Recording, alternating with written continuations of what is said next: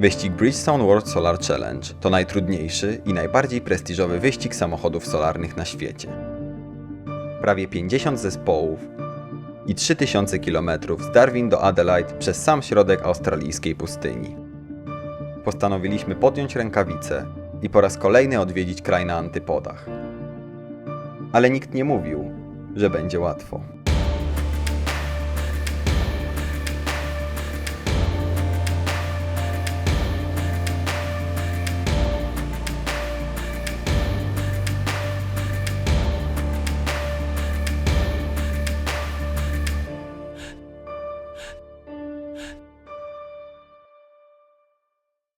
W 2017 roku pierwszy raz pojechaliśmy z naszym Eagle do Australii.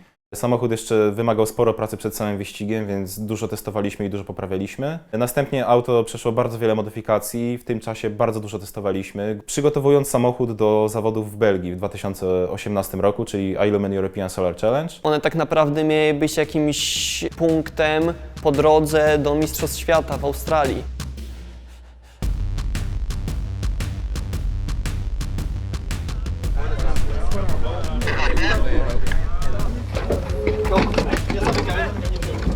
Wyścig w Belgii to był ten 24-godzinny na torze Zolder. Polegał na tym, że przez 24 godziny auto musiało jeździć po prostu w kółko.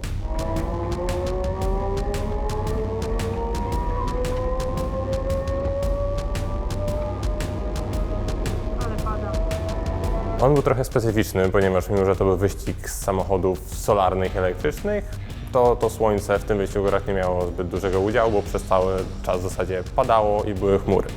Więc można powiedzieć, że ten wyścig opierał się trochę na sprawdzeniu niezawodności samochodów tak naprawdę i ich odporności na warunki atmosferyczne. Zjedźcie do pitu na następną krążenie.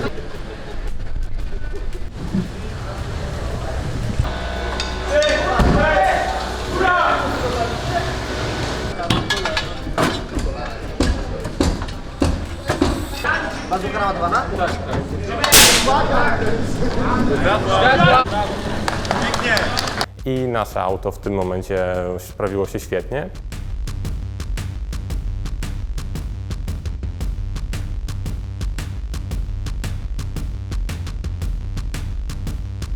Przez cały ten okres, mimo bardzo złej pogody, nie mieliśmy ani jednej awarii. Przejechaliśmy prawie 200 okrążeń, chyba 199 bez żadnego lawetowania, czego nie udało się żadnemu innemu zespołowi.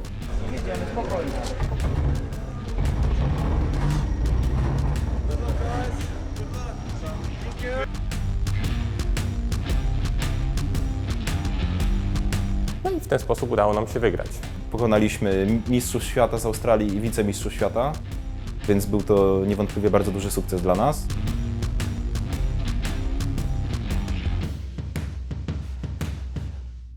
Byliśmy bardzo jakby zadowoleni i nadzieje na Australię były strasznie duże. Niestety regulamin na Australię był trochę inny, a same zawody dużo cięższe niż te w Belgii. Zmiany w regulaminie zawodów były kolosalne dla nas, jako dla projektu Bądź co bądź studenckiego. Wszyscy byliśmy zaskoczeni podniesieniem prędkości wymaganej, średniej prędkości wymaganej z około 50 na aż 80 km na godzinę.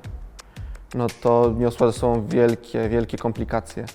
Wzrost prędkości oznacza wzrost oporów aerodynamicznych, a co za tym idzie, wzrost pobieranej energii. Musieliśmy skonstruować bardzo dużą baterię.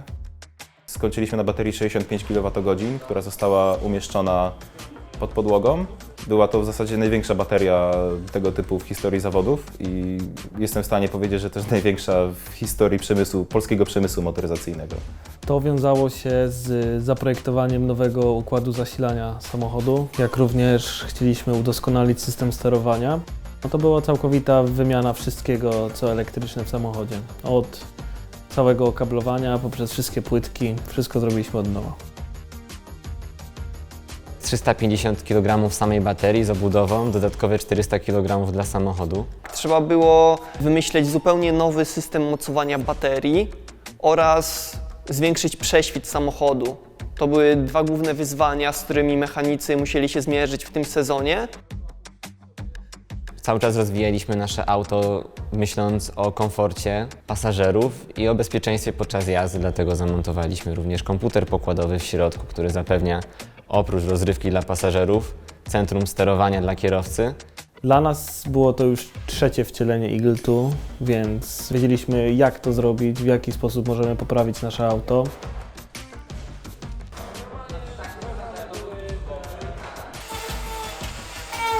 Poza tym, że auto wyglądało na pierwszy rzut oka tak samo jak to auto, które było w Belgii, to jest całkowicie innym autem.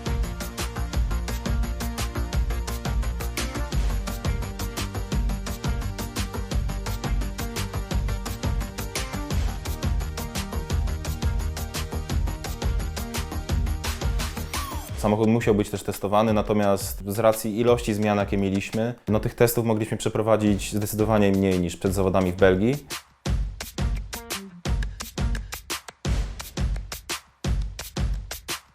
Testy przed wysyłką odbywały się m.in. na łódzkim lotnisku i rozpoczęły się mniej więcej miesiąc przed wysyłką samochodu do Australii.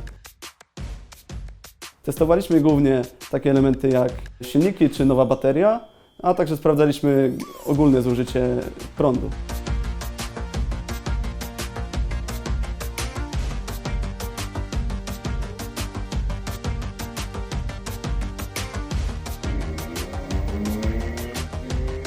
Też trzeba mieć na uwadze, że zawody w Belgii były bardzo łatwe pod względem logistycznym, ponieważ samochód wystarczyło, że spakowaliśmy 2 dni wcześniej, tak naprawdę przed naszym wyjazdem, na ciężarówkę i on sobie bez problemu dojechał.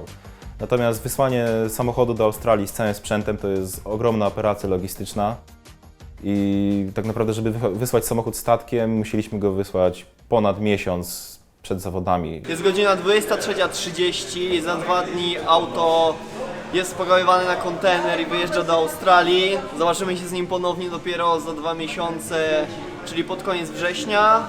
Pomimo, że zostały tylko 2 dni do wysyłki, to my ciągle mamy całkiem dużo do zrobienia, ale nie poddajemy się.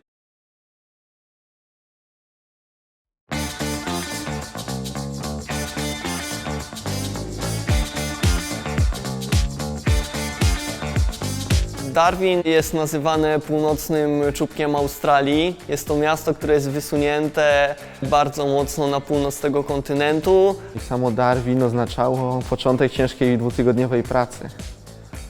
Nieprzespanych nocy niekiedy wstawania o świcie. Pierwsze co zrobiliśmy, to odebraliśmy samochód, zawieźliśmy go do garażu na torze w Hidden Valley. Był to tor, na którym mogliśmy wyjechać 2 razy w ciągu dnia na pół godziny, aby przetestować wszystkie nasze systemy.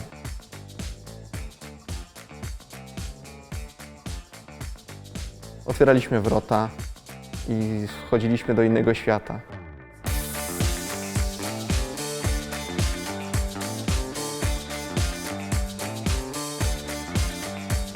Do świata śrubek, do świata przewodów elektrycznych, do świata silników, do świata zawieszenia, no i do świata problemów, z którymi musieliśmy się na co dzień zmagać. Musieliśmy złożyć auto po podróży pojazdu w kontenerze na statku, co tak naprawdę wiązało się z całkowitym rozłożeniem auta na części pierwsze, wyczyszczeniu wszystkich części i potem ponownym złożeniu. No i poza tym mieliśmy też do montowania znaczną część naszej baterii, ponieważ ona również przyszła w oddzielnych segmentach. I trzeba było ją po prostu dopasować do naszej skrzyni, którą już mieliśmy już na szczęście przygotowaną wcześniej, no i zamontować w samochodzie. Po pierwszym tygodniu prac w garażu zespół otrzymuje możliwość jazdy po torze. Udało nam się przygotować auto już na pierwszy dzień jazdy torowej. Testy na torze w Darwin prowadzone były w zasadzie codziennie. Organizator dopuszczał takie testy 2-krotnie w ciągu dnia dla każdego zespołu i mieliśmy w zasadzie wolną rękę. Mogliśmy albo wyjechać na te testy, albo nie wyjechać. Mieliśmy pierwsze przejazdy takie instalacyjne, czyli wyjeżdżaliśmy, patrzyliśmy co nie działa albo co trzeba poprawić. Z czasu do czasu miewamy lekkie problemy techniczne, ale to bardzo dobrze, dlatego że jakiekolwiek błędy najlepiej jest wychwycić teraz, przed samym wyścigiem, żeby być po prostu bardziej pewnym podczas wyścigu. Sprawdź mi, który pin powinien być na Eco 2. To wyprawa.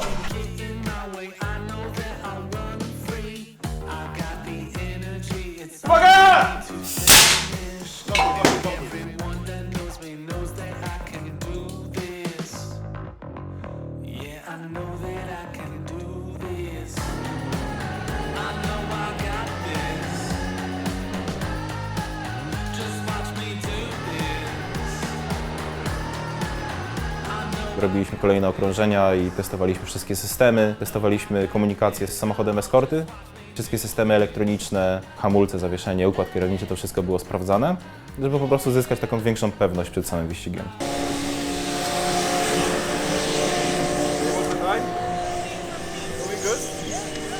Dobra, zaliczone. Koniec, zaliczone. Bycie kierowcą Solara wcale nie jest łatwe. Odczucie prędkości jest zupełnie inne i nawet jazda przy tych 60 na godzinę dostarcza już wielu emocji.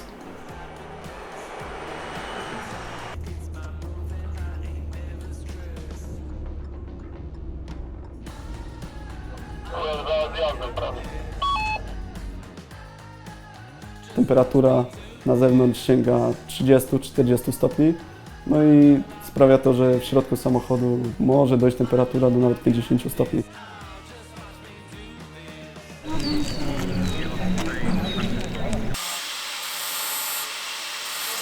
Dzisiejsza noc będzie cała poświęcona pracy, aby jutro rano wyjechać na testy, które dadzą nam pewność, że nasze auto jest idealnie przygotowane do pokonania całej trasy z Darwin do Adelaide.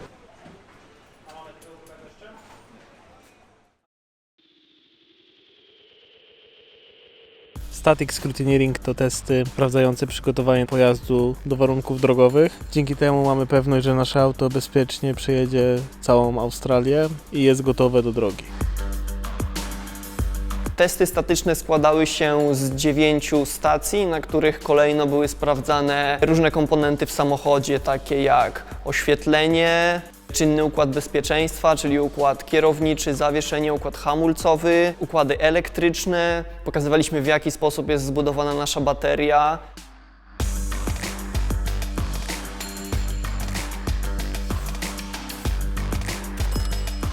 Testy statyczne poszły, nie powiedziałbym, że bez żadnych problemów, bo sędziowie byli w tym roku wyjątkowo rygorystyczni, szczególnie jeśli chodzi o zawieszenie i mechanikę. Mieliśmy dość długą dyskusję ze skrutinierami. Mieli oni pewne pytania dotyczące nietypowego rozwiązania zawieszenia przedniego.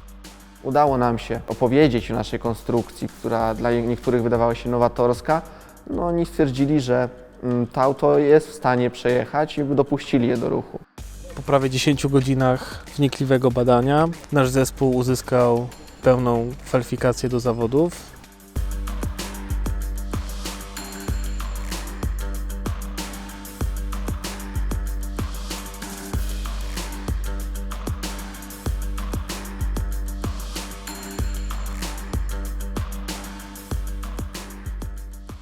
Po testach statycznych ruszyliśmy na testy drogowe. Wjeżdżamy przed was.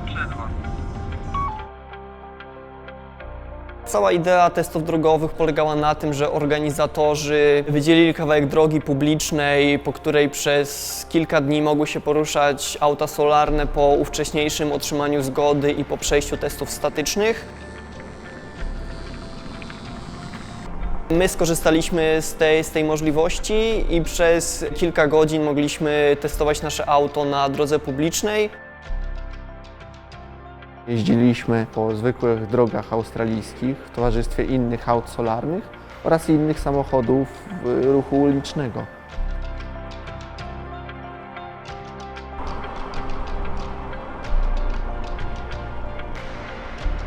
Co warto zaznaczyć, nasz samochód spisywał się świetnie na testach. Wszystkie nasze obliczenia co do zużycia energii i do zachowania bolidu były spełnione.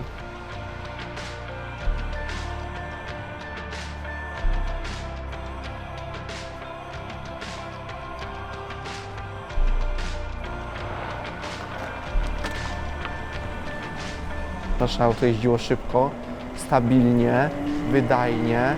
Kiedy mogliśmy je porównać do aut naszej konkurencji, która nas mijała, czy mijaliśmy ich, my prezentowaliśmy się naprawdę solidnie.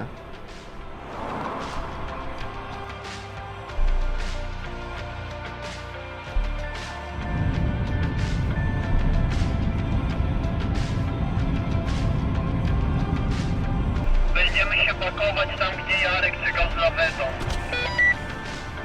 Motor, przyjęliśmy.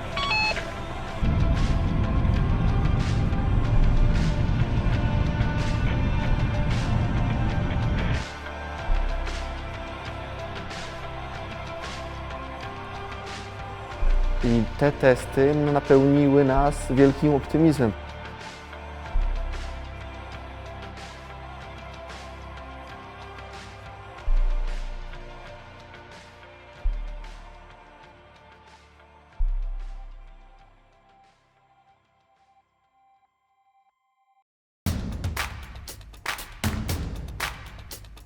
Good morning, ladies and gentlemen, and welcome to the 2019 Bridgestone World Solar Challenge down here at Hidden Valley. Great to see so many people here this weekend.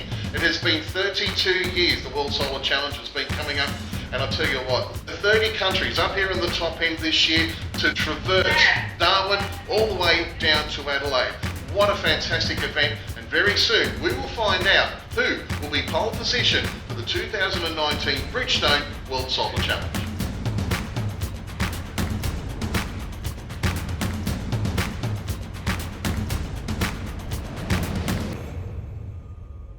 Start wyścigu był w poniedziałek rano, natomiast aż do samej niedzieli popołudnia trwały testy dynamiczne. Jesteśmy przed briefingiem wszystkich teamów, gdzie główny chief officer całego wydarzenia opowie nam, jak będą wyglądać testy dynamiczne. Zobaczymy, którzy wjedzie na tor i jak to wszystko będzie wyglądać. Musieliśmy wykonać okrążenie na torze, mierzony był czas tego okrążenia i potem na jego podstawie było wyznaczane nasze miejsce, z którego mieliśmy wystartować następnego dnia we właściwym wyścigu. Czekaliśmy tam bardzo długo w słońcu, puszczaliśmy muzykę, wszyscy byli zadowoleni.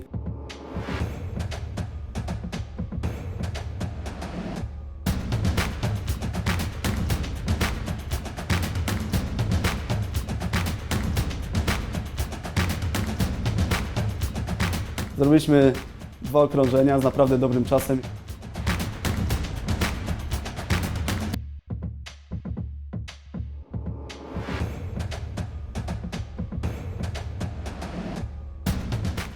Następnie ustawiliśmy się na stanowisko do wykonywania slalomu.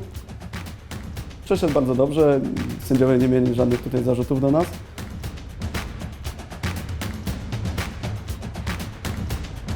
No i podjechaliśmy na linię testu hamowania.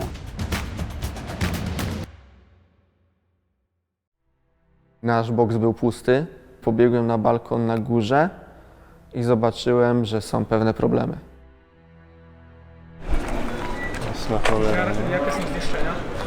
Byłem wtedy w trakcie testów, 3 inne osoby były razem ze mną w samochodzie, no i pierwsza taka myśl, że do końca nie wiem, co się stało.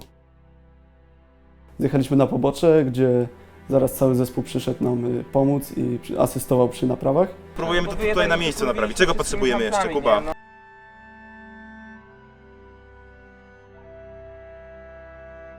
Nie chcę o tym mówić, krzywo.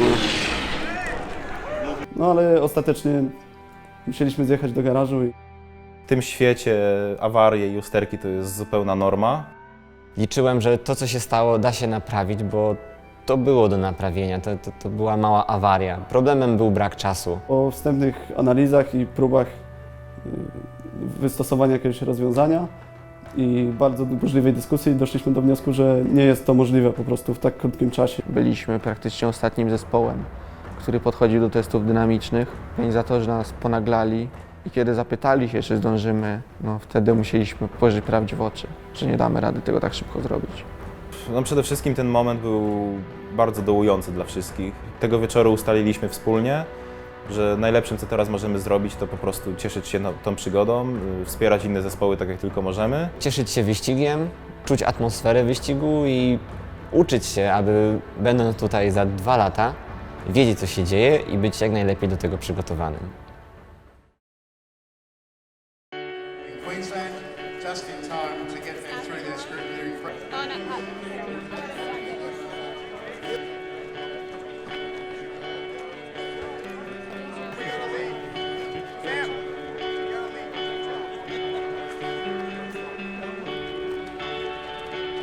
W tym roku była rekordowa ilość zespołów, które brały udział w zawodach. To było, z tego co pamiętam, 50 zespołów.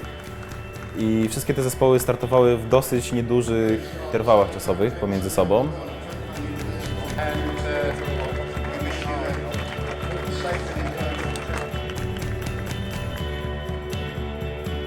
Wiadomo, że każdy ma swoją strategię, każdy próbuje jechać tak jak planował, natomiast trzeba sobie wyobrazić, jak duży musiał być ruch na wyjeździe z Darwin.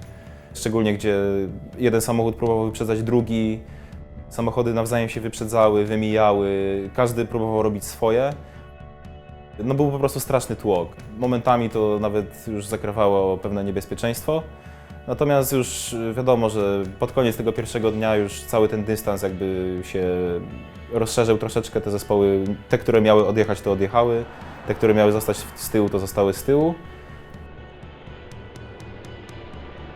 W wyścigu biorą udział dwie klasy samochodów: Challenger i Cruiser. Klasa Challenger to samochody jednoosobowe, które całą trasę przejechać muszą używając jedynie energii pozyskanej z paneli słonecznych. Wyścig wygrywa ten zespół, który jako pierwszy dojedzie do mety.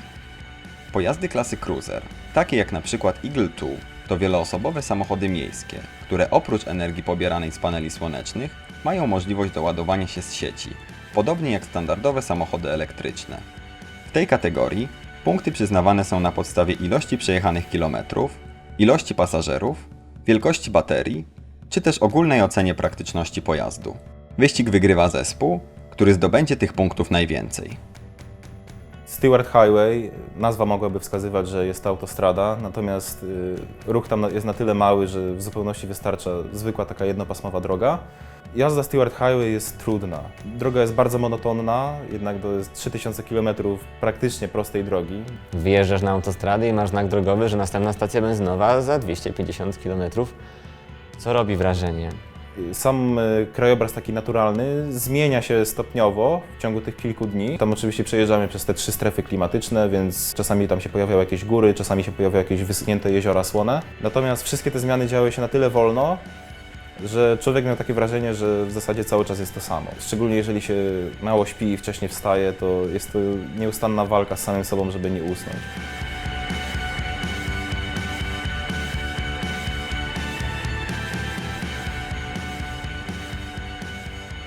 Australia ma dużo takich swoich smaczków. Wszechobecne road trainy to jest chyba taki najbardziej rozpoznawalny element Australii. Przynajmniej tej Stewart Highway te road trainy, czyli takie długie tiry z 3 przynajmniej naczepami. Jeżeli przejeżdżaliśmy autem osobowym koło takiego samochodu ciężarowego, to już było trudno utrzymać kierownicę. Więc nawet sobie nie wyobrażam, co czuły te zespoły, czy kierowcy tych aut solarnych, kiedy mijały te road trainy. W trakcie samego wyścigu są różne określone miejsca, tak zwane control stopy, gdzie zespoły muszą dojeżdżać w odpowiednim czasie i jakoś się na nich odznaczać. Na control stopach kierowcy zmieniali się między sobą, pasażerowie też byli zmieniani. To była taka wymuszona przerwa przez organizatorów, żeby po prostu wymusić taki odpoczynek, ponadto zezwolić na delikatne doładowanie się ze słońca. No, można powiedzieć, że to też była taki rzeczywisty test, bo po prostu symulowało to taką przerwę po kilkuset kilometrach jazdy, którą na pewno każdy jadąc w trasie zrobi.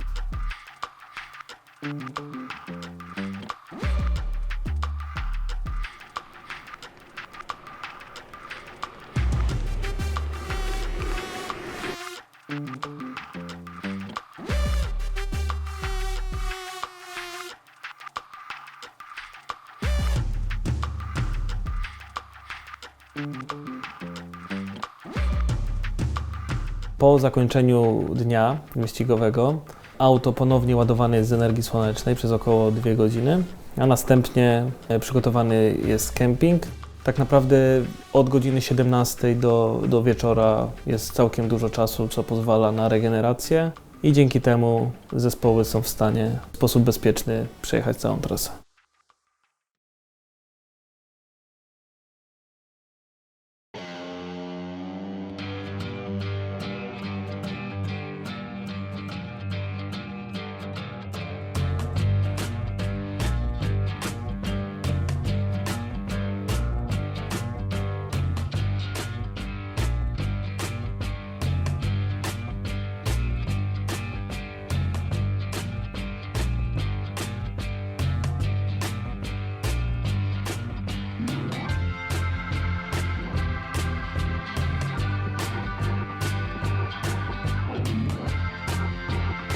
Podążaliśmy za wyścigiem w ten sposób, że byliśmy obecni na każdym control stopie, na każdej stacji ładowania, gdzie też zbieraliśmy cenne doświadczenia.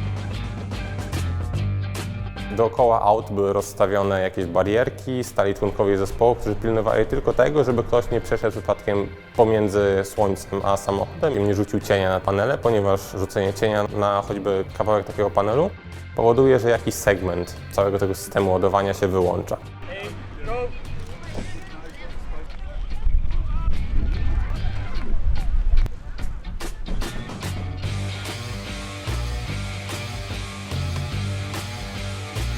Obserwowaliśmy sam przebieg wyścigu i na pewno dużo też z tego wyciągnęliśmy, dużo się nauczyliśmy. Myślę, że ważnym punktem całej tej wyprawy była możliwość rozmowy z członkami innych zespołów, więc praktycznie każdego wieczora mieliśmy okazję z kimś porozmawiać, pytać, jakim ten wyścig przebiega. Sami też mogliśmy to obserwować.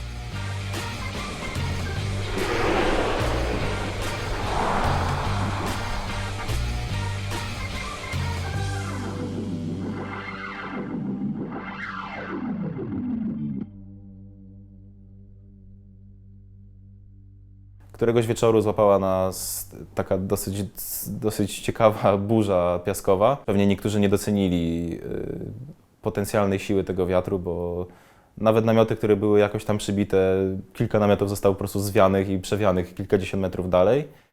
I następnego dnia pogoda się absolutnie zmieniła. Było już zimno, wietrznie i wtedy dopiero warunki okazały się ciężkie. Miało to dość poważne konsekwencje dla większości samochodów, ponieważ wiało po prostu na tyle mocno, że były one zawiewane i znosiło je w trakcie jazdy. Tak naprawdę zwiało z drogi 2 samochody, 2 Challengery. No, na szczęście nikt nie został ranny, ale koziołkowały kilkukrotnie. Warunki były naprawdę trudne w tym roku. Wszyscy mówimy o tym, że 2 lata temu mieliśmy ten ulewny deszcz i burzę. No, w tym roku było coś innego, ale też było trudno.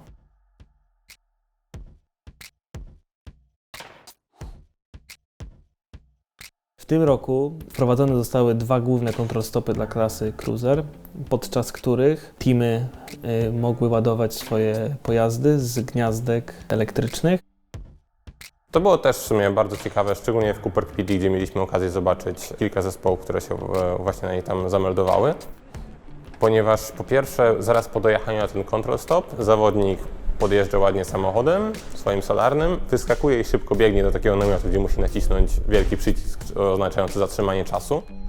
Ponieważ jeśli zrobi to zbyt późno, naliczane są odpowiednie kary i tak dalej.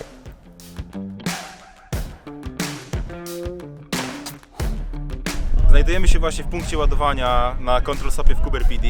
Za zespołami klasy Cruiser jest najdłuższy i najtrudniejszy odcinek, mianowicie 1200 km bez ładowania, które trzeba pokonać z dosyć dużą średnią szybkością. Natomiast zespoły klasy Cruiser czeka teraz jeszcze około 1,5 godziny ładowania statycznego ze słońca. Następnie mogą się podłączyć do ładowarek ze złączem typu 2, aby się naładować z sieci. To, że trasa jest trudna, udowadnia fakt, że 14 zespołów klasy Cruiser, które były dopuszczone w tym roku do wyścigu, jedynie 3 zespoły dojechały na ten control stop w określonym czasie. Reszta dojechała albo po czasie, albo na lawecie. This is probably the longest stretch of cruiser car driving that's ever happened in Bridgestone World Solar Challenge history. So it's a big challenge for all the cars. A lot of teams didn't make it. We managed to get in time at both points, so that's really great. I już jutro rusza ostatni etap trasy, 800 km do Adelaidy na samą metę.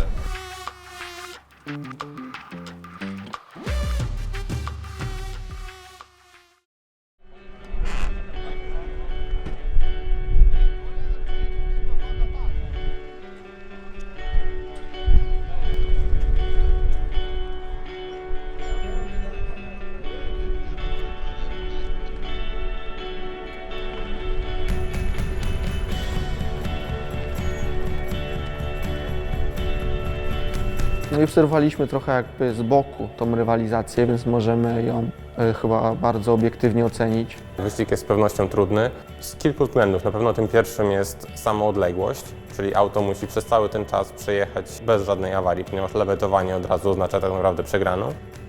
Jest to bardzo wymagająca droga, wbrew pozorom. Mimo że jest prosta, to jest to bardzo, bardzo trudne, aby zbudować samochód, który będzie w stanie przejechać całą tę trasę. Zarówno nawierzchnia, która momentami zamieniała się w praktycznie drogę gruntową. Poza tym temperatura robi bardzo tutaj dużo zamieszania, ponieważ często elementy elektroniczne po prostu ze względu na tą temperaturę w jakiś sposób mogą się zepsuć i dość często się to zdarzało. Zobaczyłem praktycznie, że ten wyścig to nie jest zabawa. Ten wyścig jest niebezpieczny, ten wyścig jest wymagający, wymaga od drużyn całkowitego skupienia, poświęcenia swojej uwagi, walki o każdy praktycznie kilometr niekiedy. To nie był tor, to była zwyczajna droga, po której jeździły 50-metrowe tiry. No i poza tym jest to jednak wyścig samochodów studenckich, więc nie wszystko jest perfekcyjnie przetestowane przez nie wiadomo jakie badania finansowane przez wielkie koncerny, więc trochę jest to zawsze takie testowanie w trakcie jazdy tak naprawdę. Wszystkie zespoły napotykały na dużo trudności, co przekładało się na liczbę teamów, które dojechały szczęśliwie do Adelaide.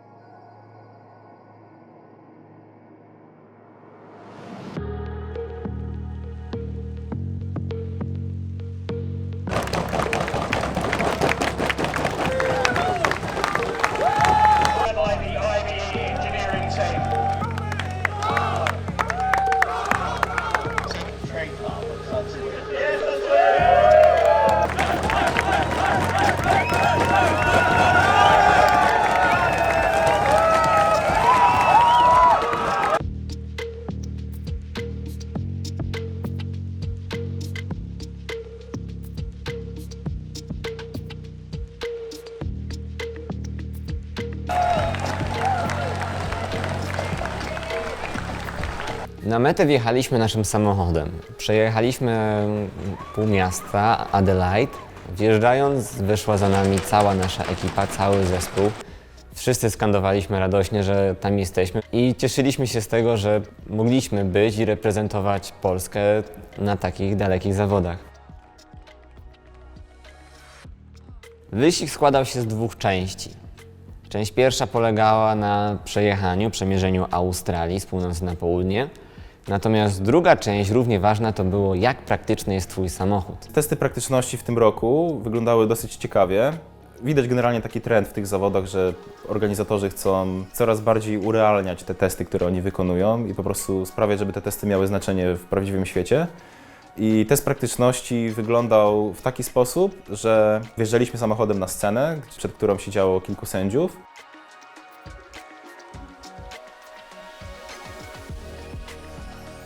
Ladies and gentlemen, I'm right here, right now to introduce you our solar car Eagle 2.